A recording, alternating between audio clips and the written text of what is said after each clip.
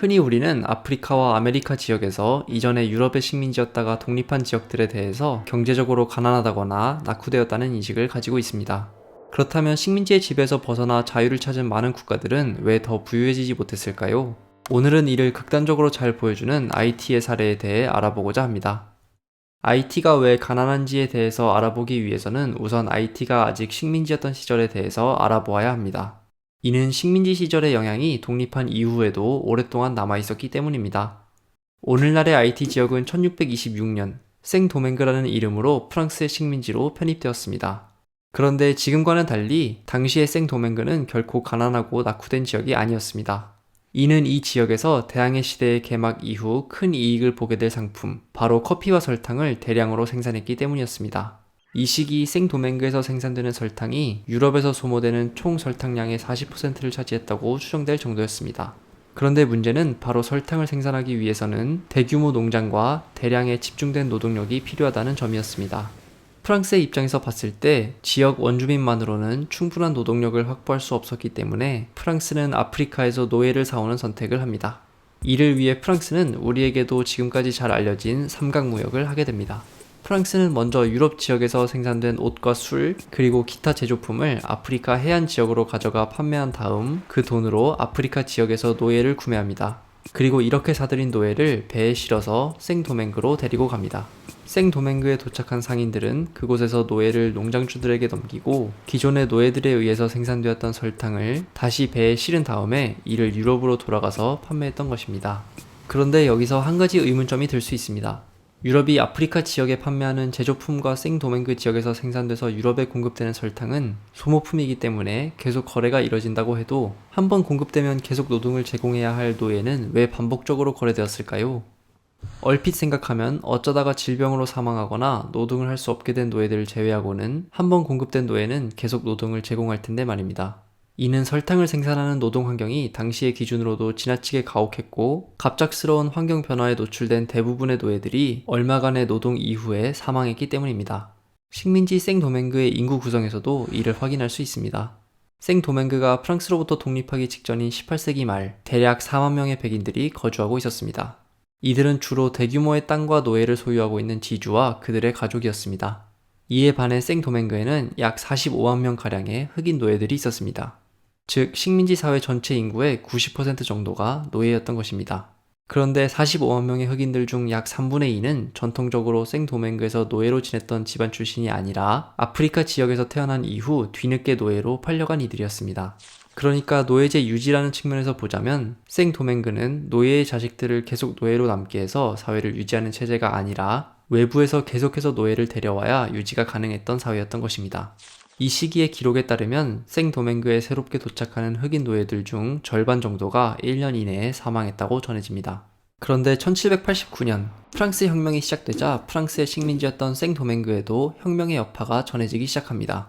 프랑스 혁명이 시작되고 2년 후인 1791년 8월 생도맹그의 북쪽 지역 노예들은 노예주들을 암살하고 기존 노예주들의 땅을 스스로 점령했습니다.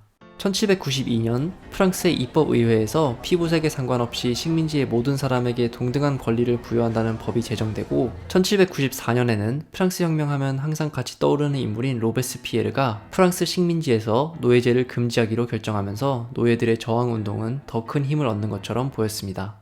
그런데 이 시점까지만 해도 생도맹그 지역의 많은 전 노예들은 굳이 프랑스로부터의 독립을 원하지 않았습니다. 이들의 입장에서 봤을 때 프랑스 혁명이 이대로만 진행된다면 굳이 노예제를 금지하고 자신들에게 같은 권리를 부여한다는 프랑스로부터 꼭 독립해야 할 필요성이 없었기 때문입니다. 따라서 이들은 초기까지만 해도 프랑스 자체와의 싸움보다는 생도맹그 지역의 프랑스 출신 노예주들과의 투쟁에 집중합니다. 그런데 문제는 로베스피에르의 결정이 프랑스 내에서 대다수로부터 지지를 받지는 못했다는 것에서 시작됩니다. 모든 인간의 보편적 자유와 평등을 외쳤던 프랑스 혁명이었지만 이 혁명을 지지했던 이들조차 흑인이 여기에 포함된다고는 생각하지 않았던 시대적 한계가 존재했던 것입니다. 그러나 사실 프랑스의 입장에서도 식민지 지역의 흑인들이 프랑스 혁명을 지지하는 것이 필요했습니다. 이는 혁명의 발발 이후 유럽 대륙에서 혁명에 반대하는 국가들과 프랑스의 전쟁이 시작된 것과 마찬가지로 식민지에서도 전쟁이 벌어졌기 때문입니다. 전 세계를 무대로 펼쳐지는 전쟁에서 현지 노예들의 지지가 있어야 전쟁을 효율적으로 수행할 수 있었던 것입니다. 이를 잘 보여주는 인물이 생도맹그 지역의 투생 루베르튜르입니다. 전직 노예였던 그는 당연히 프랑스에 대한 반감을 가지고 있었고, 혁명이 시작된 지 얼마 지나지 않은 시점에서는 프랑스와 싸우던 스페인의 편에 섰습니다.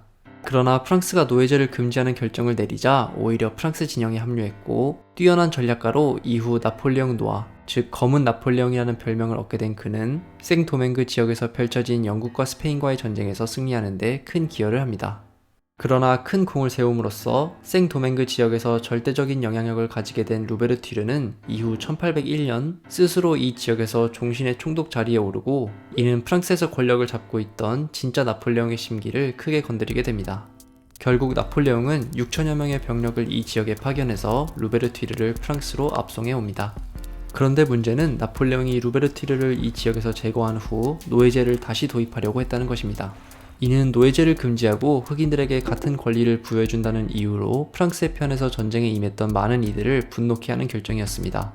게다가 이 시기 나폴레옹은 유럽에서의 전쟁에 휘말려 있었기 때문에 식민지에 더 이상 개입할 여력이 없었습니다. 결국 생도맹그의 흑인들은 1803년 이 지역에 남아있던 프랑스 군을 몰아내고 1804년 1월 1일 마침내 독립을 선언합니다. 그리고 새로운 국가의 이름을 유럽인들이 지어준 생도맹그가 아니라 원주민의 언어로 높은 산의 땅을 뜻하는 아이티로 정합니다. 그렇다면 스스로의 힘으로 식민지 상태에서 독립한 아이티인들에게는 어떠한 미래가 기다리고 있었을까요? 사실 아이티는 독립 과정에서 1790년대 초부터 전쟁을 치르면서 이미 수십만 명이 다치거나 사망한 상태였습니다. 게다가 재산을 가진 사람들은 이미 프랑스나 프랑스의 다른 식민지로 활동지를 옮겼습니다. 따라서 아이티는 오랜 시간 동안 이때 입은 피해를 회복하는 데 어려움을 겪었습니다. 그런데 여기에는 더 큰 문제가 있었습니다. 바로 프랑스가 아이티인들이 독립을 선언한 이후에도 오랜 시간 동안 아이티의 독립을 공식적으로 인정하지 않았다는 것입니다. 프랑스는 1804년 이후 20년이 넘는 시간 동안 해군을 이용해서 아이티의 해상을 봉쇄했고, 아이티가 외국과 교역하는 것을 막았습니다. 프랑스가 아이티의 독립을 거부하고 수시로 군사적 위협을 하면서 공식적으로 내세운 명분은 아이티가 독립하는 과정에서 이전에 노예와 땅을 소유했던 프랑스인들에 대한 배상이 제대로 이뤄지지 않았다는 것이었습니다. 따라서 프랑스는 계속 해군을 이용해서 아이티를 봉쇄하다가 아이티 정부가 1825년 마침내 프랑스가 입은 재산 손실에 대해서 보상하겠다는 의사를 밝히고 나서야 아이티의 독립을 인정합니다. 그리고 군사적 위협 속에서 이뤄진 협상의 결과 프랑스는 아이티에게서부터 당시 기준으로 약 1억 5천만 프랑을 이전의 노예주들에게 보상하겠다는 합의를 받아냅니다. 학자들은 이 금액이 당시 아이티의 1년 국민 총소득의 무려 300%라고 추정하고 있습니다.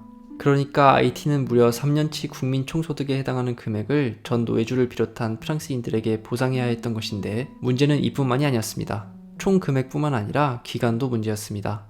합의 결과 아이티는 이 총액을 늦어도 5년 안에 지불해야 했던 것입니다. 현실적으로 3년치 국민 총소득에 해당하는 금액을 5년 안에 지불하는 것은 불가능했기 때문에 아이티 정부는 프랑스에게 기간을 늘리는 대신 이자를 따로 지불해야 했습니다.